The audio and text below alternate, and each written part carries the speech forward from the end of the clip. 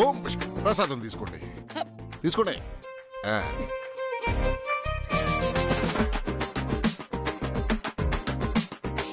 ఓయమ్మో, నీ శిష్యుడు నా మొగుళ్ళ మారిపోయిండడే. మరి మాయాజాలం అంటే అలాగే ఉంటుంది. స్వామి స్వామి, ఒక్కసారి మీ శిష్యుణ్ణి నాలాగా కూడా మారమని చెప్పరా? నాకు నేను ఎలా ఉంటాను చూసుకుంటే బాగుంటది. నీ ముష్టి మొహంతో నా శిష్యుడు వేరే అవతారం ఎత్తాలా? అద్దం చూసుకొనము చాలు. స్వామి స్వామి, నా చిన్న కొడుకులా ఒక్కసారి కనిపించమనరా. ఏమిటి మీ కోరికలు? సరే శిష్య, లోపలికి వెళ్ళుము. అలాగే గురూజీ. ఏ బాలాజీ, నువ్వే వెళ్ళు వెళ్ళు, ఇప్పుడు నువ్వే పోవాలి. వెళ్ళు.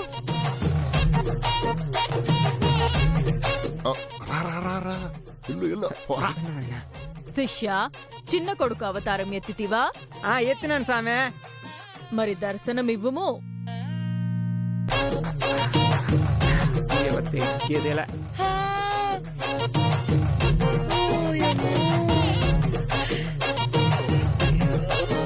అచ్చు నా చిన్న కొడుకున్నట్టే ఉండడు, అచ్చు గుద్దినట్టు.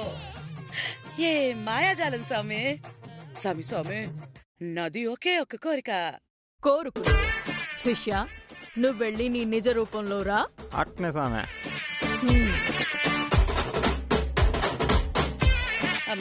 నన్ను నేను డబుల్ యాక్షన్ లో చూసుకోవాలని చాలా రోజుల నుంచి కోరిక. ఒక్క తూరి నాలాగా మారమని చెప్పవా? మేము మాయానంద స్వాములం అనుకుంటున్నారా, కమలహాసన్ అనుకుంటున్నారా?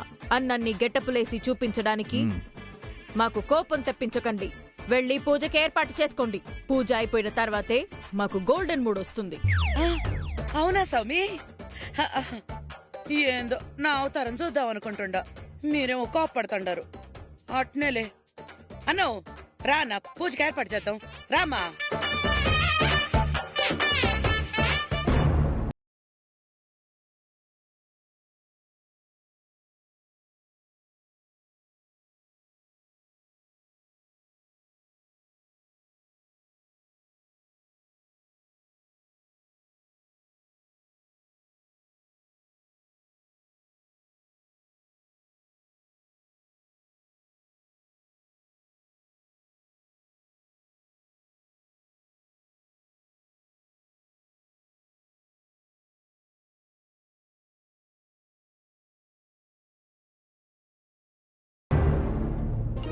రండి, కూర్చోండి.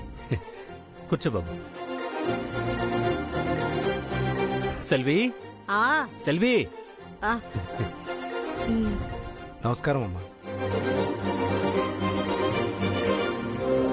నటరాజన్ గారు, ఇంతకు ముందున్న ఇంటికంటే ఈ ఇల్లు చిన్నదైనా బానే ఉంది, పర్వాలేదు. ఏదైనా అద్దిల్లే కదండి.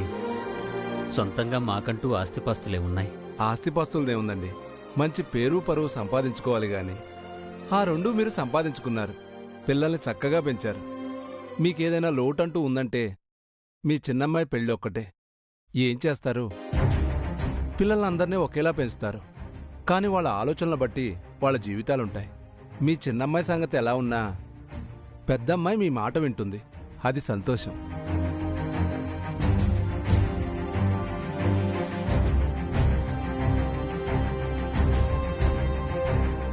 సెల్వి, ఏంటలా చూస్తూ నిలబడిపోయావు? వెళ్ళి కాఫీలో అవి ఏర్పాటు చేయి. అంటే వీళ్ళొస్తున్న విషయం తెలియలేదు కదా సామి, అదే కాళ్ళు చేతులు ఆడలేదు.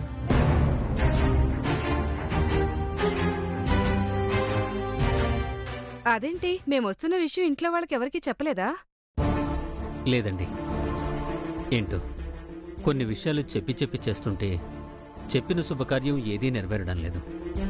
అందుకని ఈసారి ఇలా ఎవరికి చెప్పకుండా ఏర్పాటు చేశాను.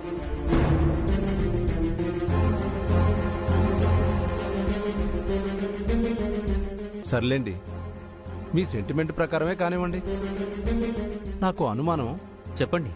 మీరు మీ చిన్నమ్మాయి వాళ్ళ అత్తగారింట్లో ఉన్నారు కదా, ఉన్నట్టుండి ఖాళీ చేసి ఇక్కడికెందుకొచ్చారు? అసలు మాకు ఆ ఇల్లు ఏమాత్రం కలిసి రాలేదండి.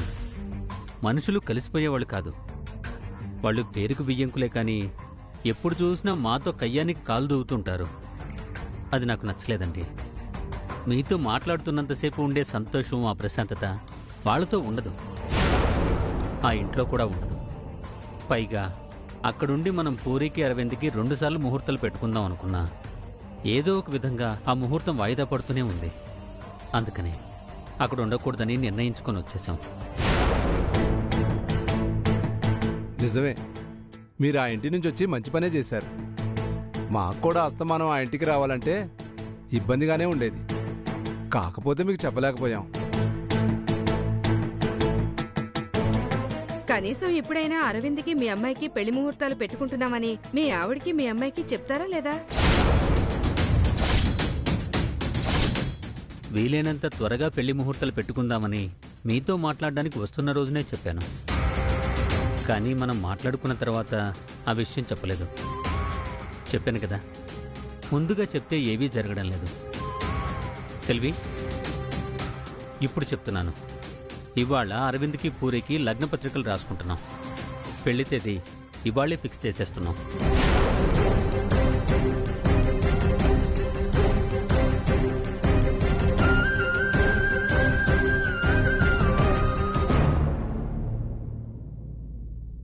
కూర్చోండి స్వామి, కూర్చోండి. బంబం బోలే బంబం బోలే. బోలే బంబం బోలే బంబం. స్వామి, మీ పూజ పూర్తి చేసి ఈ ఇంట్లో ఉన్న పిన్నిసు దగ్గర నుంచి ఇంటి పైకప్పు వరకు మొత్తం తాకేయండి స్వామి. అంత బంగారుమయం అయిపోవాలి. శిష్య, గురూజీ, నాకు ఈ రోజెందుకో గోల్డెన్ మూడ్ రావడం లేదు. స్వామి, ఆ మాట అనబాకండి. గుండె కలుక్కుమంటా ఉండదే. హా, స్వామి, మీకు గోల్డెన్ మూడ్ రావటం కోసం గదిలో పూజలు, పునస్కారాలు, పాటలు, గీటలు పాడారుగా స్వామి. ఎట్టయినా గోల్డెన్ మోడ్ తెచ్చుకోండి స్వామి. ఈ రోజు మాకు గోల్డెన్ మూడ్ రావడం లేదు. మేం ఈ రోజు మనీ మూడ్ లో ఉన్నాం. మనీ మూడ్ అంటే రూపాయిని 10 రూపాయలు చేస్తారేమో. అవును, రూపాయిని 100 చేస్తాం, 100ని 1000 చేస్తాం, 1000ని 1,00,000 చేస్తాం, 1,00,000ని 1,00,00,000 చేస్తాం. ఓ, లక్షల్ని కోట్లు చేస్తారా? సంతోషం స్వామి. మరి ఆ గోల్డెన్ మూడు మాత్రం ఖచ్చితంగా రప్పించుకోవాలి. ఇంటిని మొత్తం బంగారమయం చేయాలి. మీరు ఆశ పెట్టుంటారో, ఆశ పెట్టిట నిరుత్సాహపరిస్తే మీ భక్తులు బాధపడతారు స్వామి.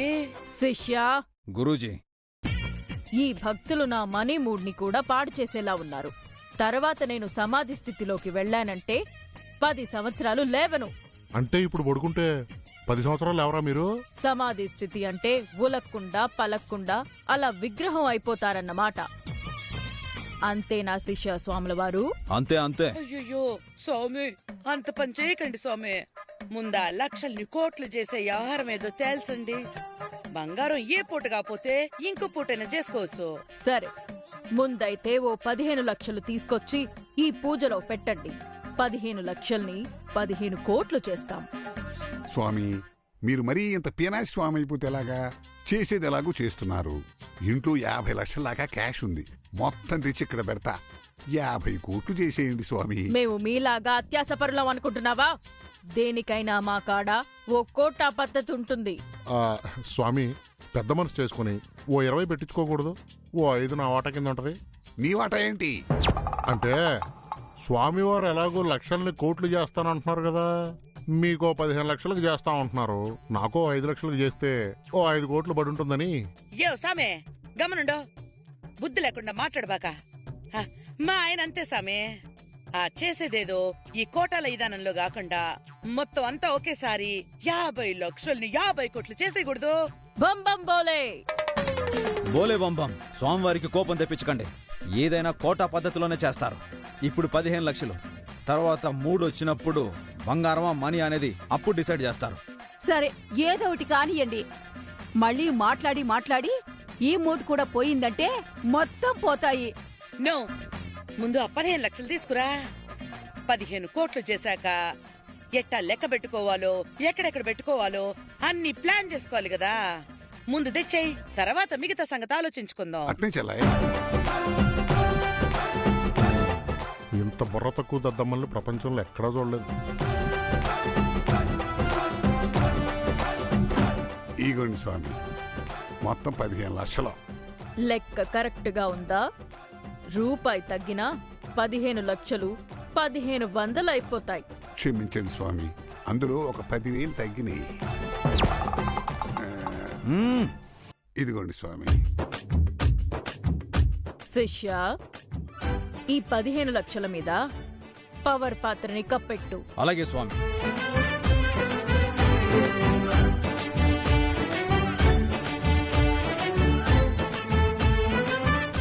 ఆ పాత్రకి మీ చేత్తో బొట్టు పెట్టండి.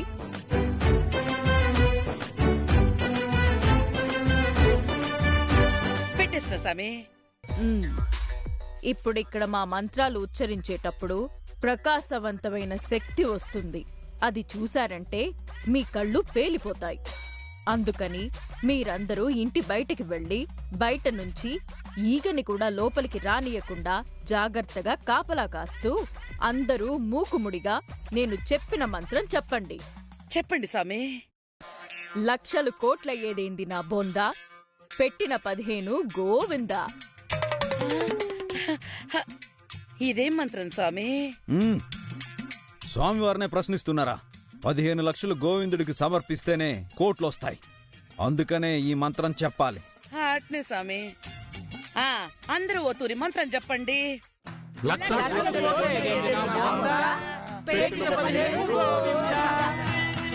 ఈ మంత్రం బయట కాపలా కాస్తూ 15 నిమిషాల తర్వాతే లోపలికి ప్రవేశించాలి.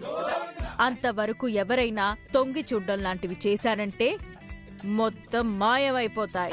అస్సలు చూడంగా. సరే, తలుపులు వేసుకుని బయట కాపలా కాస్తూ మంత్రం చెప్పండి.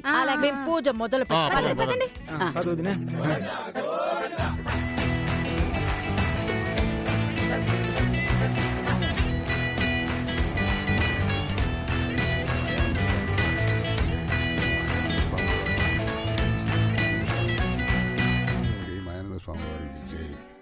రండ్రా, మంత్రం చదవాలి. మాయానంద స్వామికి జై, మాయానంద స్వామికి జై. లక్షల కోట్లయ్యేదేంది నా బొందా.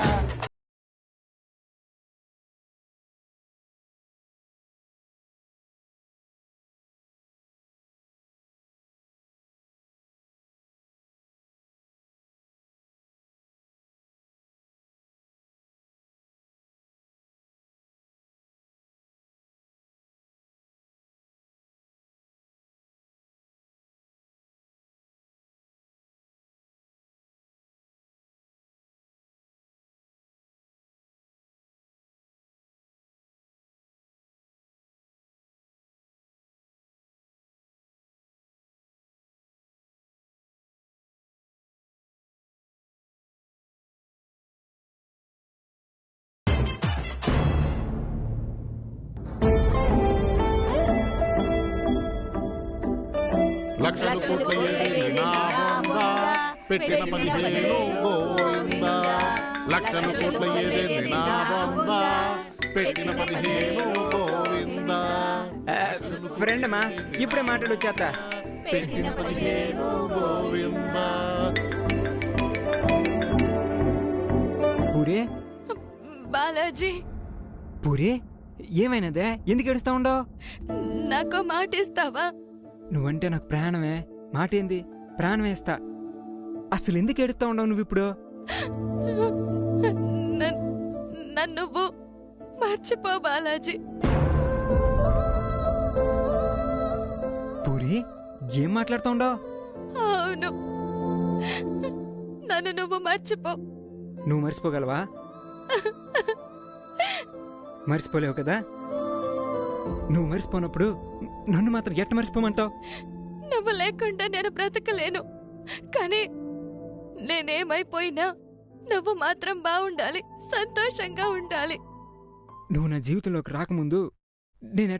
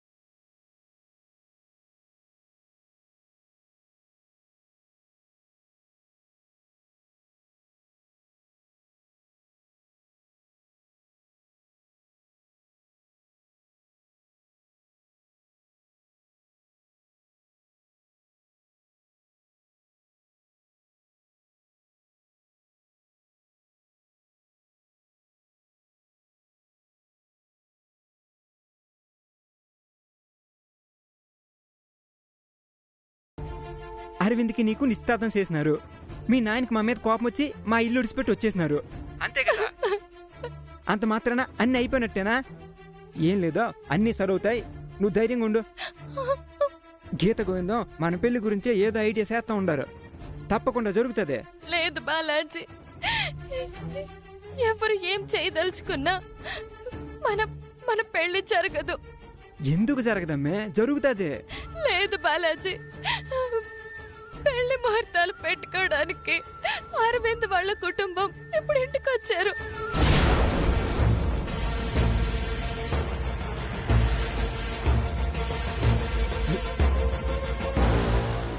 ఏందమ్మ నువ్వు అనేది? అవును, నేను గాని ఇంట్లో అమ్మ పాటే గాని ఎవరు అప్పతో మాట్లాడే ధైర్యం చెయ్యలేరు. ఈ పెళ్లి జరగకపోతే అప్ప చస్తానని బెదిరించినారు. దాంతో ఎవరు మాట్లాడే సాహసం చేయలేకపోతున్నారు. అయిపోయింది, ఇవాళ పెళ్లి ముహూర్తాలు పెట్టేస్తారు. నా పెళ్లి ఖచ్చితంగా అరవింద్తో జరిపించేస్తారు. దయచేసి నన్ను మర్చిపో ప్లీజ్. మర్చిపో అంటే ఎట్ట మర్చిపోతా? ముహూర్తాలు పెట్టేయాలనుకుంటే జరగనిస్తానా? లేదు, నేను వస్తున్నా, ఆ ముహూర్తాలు పెట్ట నేను. ప్లీజ్ బాలాజీ, ఇప్పుడు నువ్వు వచ్చావంటే గొడవ అవడం గురించి ఏం ప్రాబ్లం లేదు. కానీ ఆ అబ్బాయికి మన ప్రేమ విషయం తెలిస్తే అస్సలు ఊరుకోరు, తట్టుకోలేరు. నన్నేమి అనరు, కానీ ఆయన ప్రాణాలు తీసుకుంటారు. మా అబ్బాయి చాలా సున్నితమైన మనిషి, ఓపికగా ఉన్నంత వరకు ఉంటారు. కానీ ఒక్కసారి అదే మనిషికి కోపం వస్తే ఆవేశంలో ఏం చేస్తారో ఎవరికీ తెలియదు. వద్దు బాలాజీ, ప్లీజ్. లేదు, నువ్వు ఫోన్ పెట్టు, నేను వస్తాడా. నువ్వు ధైర్యంగా ఉండు, నేను మాట్లాడతా. బాలాజీ,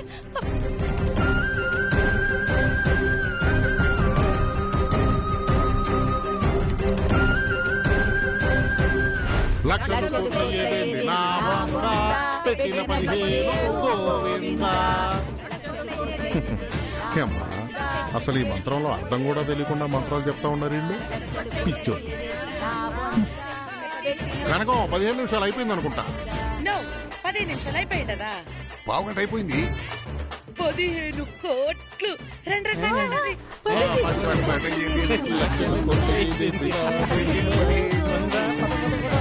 15 కోట్లు. 15 ఏంది సాము లేరీడా? 15 కోట్లు మనకిచ్చేసి మాయమైపోయారేమోనే. అయ్యో, గోల్డెన్ 3 తెచ్చుకుని ఇంటిని మొత్తం బంగారమయం చేస్తారనుకుంటే డబ్బులు మాత్రమే ఇచ్చేసి వెళ్ళిపోయారే. స్వామి, ఎల్లదు స్వామి. ఉండే ముందు డబ్బు లెక్క చూద్దాం.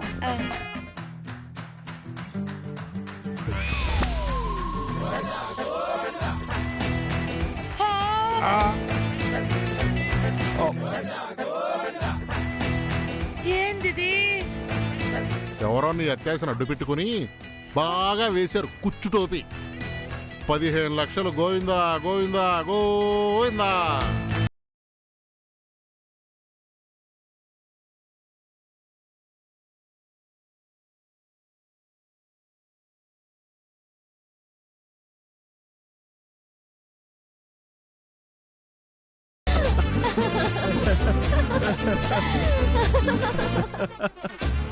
భలే సరదాగా ఉంది కదా?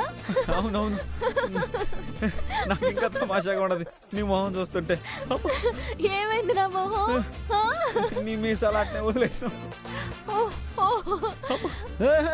ఉంచుబ్బా, అప్పుడే దివాక ఉండనిచ్చేది. ఇట్నే మీసాలు ఉంచుకుని అత్తగారి దగ్గరికి పోతామా ఏంటి?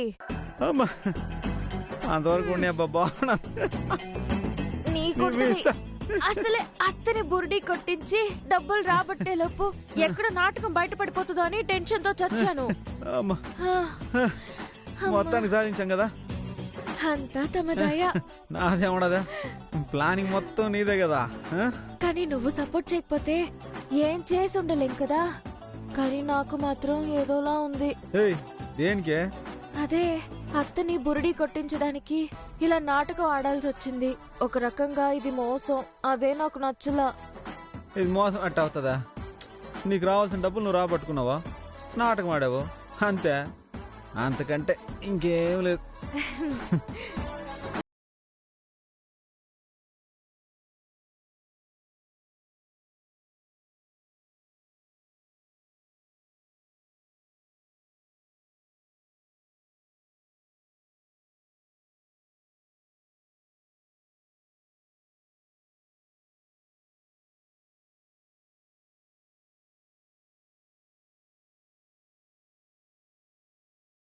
ఇట్ట పెడతా దూరంగా ఉండు.